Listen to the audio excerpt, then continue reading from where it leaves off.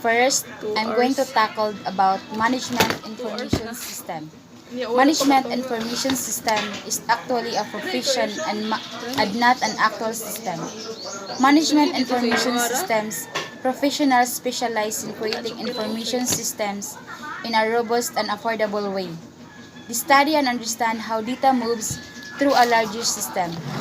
An MIS professional will need to understand the system development, life cycle, and will study how to increase productivity and quality when creating these systems. They are also the highest paid in the computer professions. The word management is often left out in most contexts. Often the term system analyst, system designer can be exchanged with the MIS term and is more popular to see.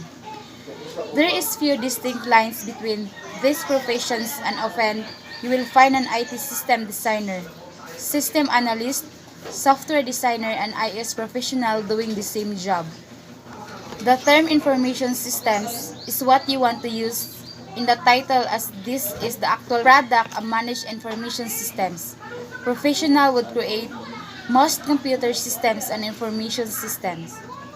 The purpose of information systems in IT is to deliver information. Information systems are business and commercial systems that run everything. An example of this will be the WordPress, Drupal, an inventory system, or even a commerce system. Also, not all IS systems are based in computers. The postal mail system is an information system. As far as information technology, these tend to be reserved for a physical hardware and the systems that maintain them. IT professionals therefore specialize in hardware operating system and networking.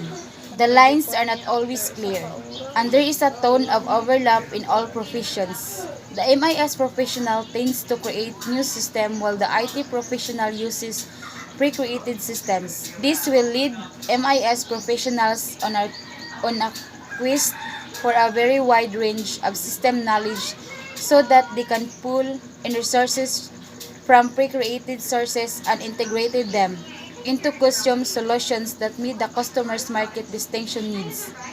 The requirements are extensive for MIS professionals and can be the biggest issue when attempting to train for these professions. Working on a larger teams can help mitigate the knowledge requirements for each individual. The most important credentials and certifications for MIS are a degree and the quality standards they use. Six Sigma and ISO being the top ones. There are also some security standards that sell well. Information technologists tend to have more certifications available and will require these sorts of hiring. A degree in IT is still very important, but the existence of more formal certificates means there are more than one path of success. Six types of information system. First is Office Information System.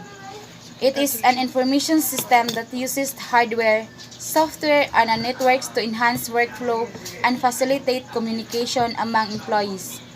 It supports a range of business office activities such as creating and distributing graphics, documents, sending messages, scheduling, and accounting. All levels of users in a management can benefit and use transaction process system. These are these are information system that captures and processes data generated during an organization's day-to-day transaction. They are business activities such as set, payment, order or reservations. The third one, Management Information System. It is a system that generates accurate, timely, and organized information so managers and other users can make decisions, solve problems, supervise activities, and track progress because it generates reports on a daily basis. A management information system sometimes is called a management reporting system. Fourth, Decision Support System. Decision support system are information designed to help users reach a decision when a decision-making situation arises.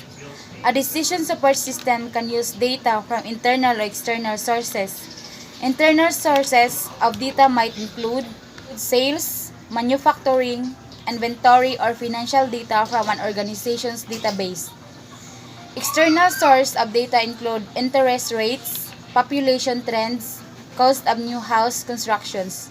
For example, to set the yearly sales quotes, a manager can use the decision support system to provide information support for factors which will affect internally and externally.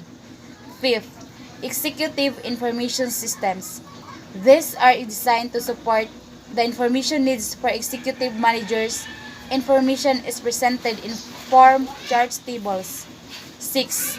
Expert systems. Expert systems is an information system that captures and stores the knowledge of human expert and then imitates human reasoning, decision-making process for those who have less expertise. Functions of Management Information System. Functions of Management Information System. To process transactions. Information system process transactions where transaction may be defined as an activity taking place in an organization. For example, making a purchase or sale or manufacturing a product, it be within the organization or external in nature. Second, to update maintain a master file. Information system creates and maintains a master file in an organization. A master file stores permanent or historical data about organizational entitles.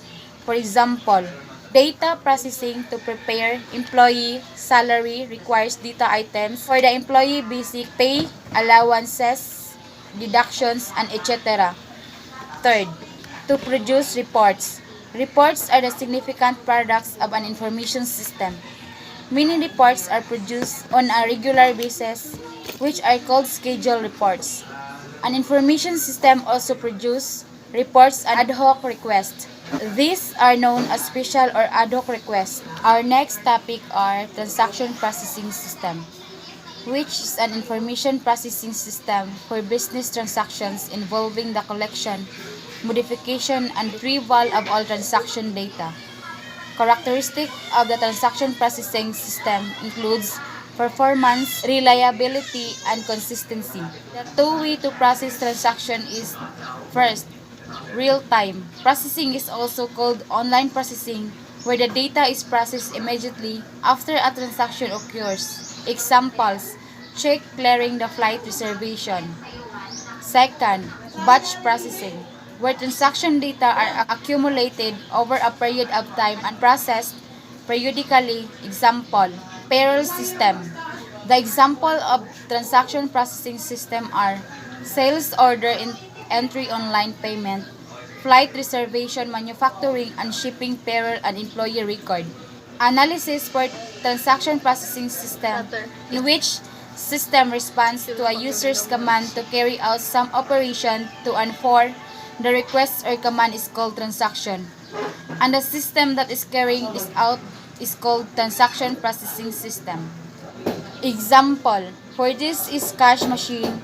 Transaction processing system are the system working level of any organizational structure being operated by data entry operations to collect and store data which is needed to be transported then to decisional level of organizations. But it is important to make sure nothing goes wrong at this level of handling data before it's transported to upper level to be manipulated and in making decisions based on information provided.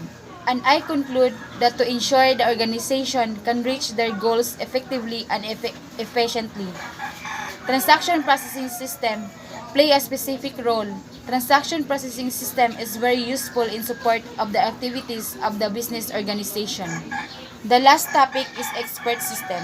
An expert system is an AI software that uses knowledge stored in a knowledge base to solve problems that would usually require a human expert, thus presenting human expert knowledge and its knowledge base.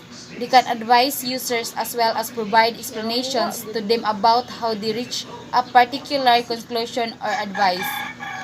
Some examples of expert system are MYCIN, one of the earliest expert system based on backward chaining. Second, general.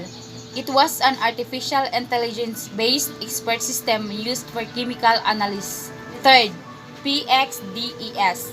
It could easily determine the type and the degree of lung cancer in a patient based on the data.